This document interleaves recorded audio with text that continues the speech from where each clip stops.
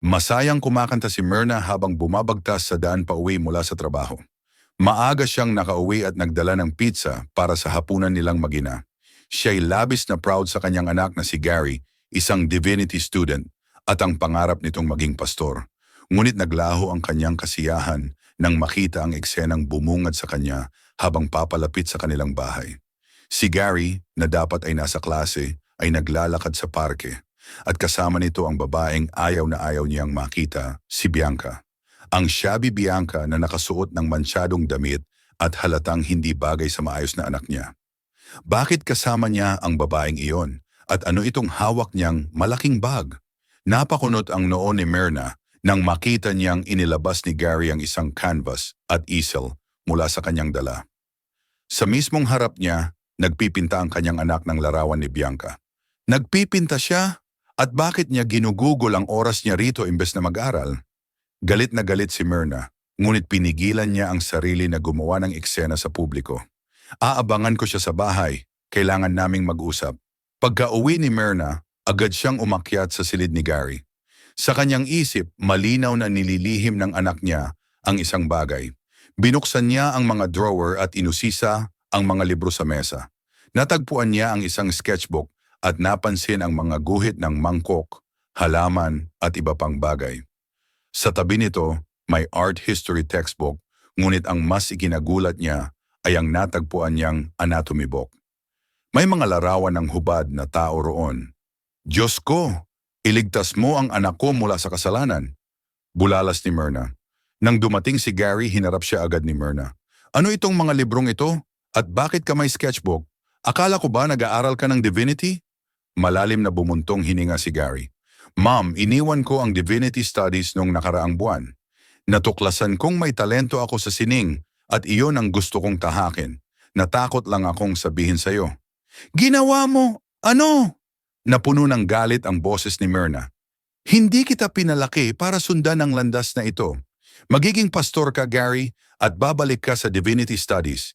Hindi ko hahayaan na sirain mo ang iyong buhay. Hindi mo naiintindihan, Ma'am, maring sagot ni Gary. Hindi kasalanan ng sining, ang tunay na kasalanan ay ang pagtalikod sa talento at biyayang ibinigay ng Diyos. Kinabukasan, may kumatok sa pinto. Binuksan niyon ni Myrna at bumungad si Bianca, may luha sa mga mata. Ano ang kailangan mo rito? Tanong ni Myrna, pilit ang nangiti. Hinahanap ko po si Gary, sagot ni Bianca, mahigpit na yakap ang sarili. May mahalaga po akong sasabihin sa kanya, ngunit nakapatay ang cellphone niya. Wala siya rito ngayon, pero halika muna sa loob. Mukhang kailangan mo ng tulong. Alok ni Myrna, nagkukunwaring mabait. Umupo si Bianca sa sofa at nagsimulang humikbi. Miss Myrna, buntis po ako. Si Gary ang ama ng aking dinadala. Halos mabitawan ni Myrna ang tasa ng tsaa na hawak niya. Tumigil siya sandali sa kapilit ng umiti. Iyan ba ang mahalagang sasabihin mo? Naku Bianca, nakatakda ng ikasal si Gary sa anak ng aming pastor. Alam kong hindi mo gugustuhing masira ang kinabukasan niya. Gulat na gulat si Bianca. Hindi niya sinabi sa akin, hinawakan ni Myrna ang kamay ng dalaga. Alam kong mahal mo siya, kaya tulungan mo akong protektahan siya mula sa iskandalo. May malapit na Christian foster care kung saan maaaring ilagay ang bata. Bukod dyan, paano na ang nanay mo? Kumusta na siya? Napansin ni Myrna ang pag-aalala sa mukha ni Bianca. Kailangan na po ng nanay ko ng operasyon pero hindi ko pa natutustusan ang gastos. Magkano ang kailangan nyo? Tanong ni Myrna, kinuha ang kanyang checkbook. Isinulat niya ang halagang 30,000 dolyar at inabot iyon kay Bianca. Alam kong hindi mo matatanggihan ang tulong na ito. Para sa nanay mo.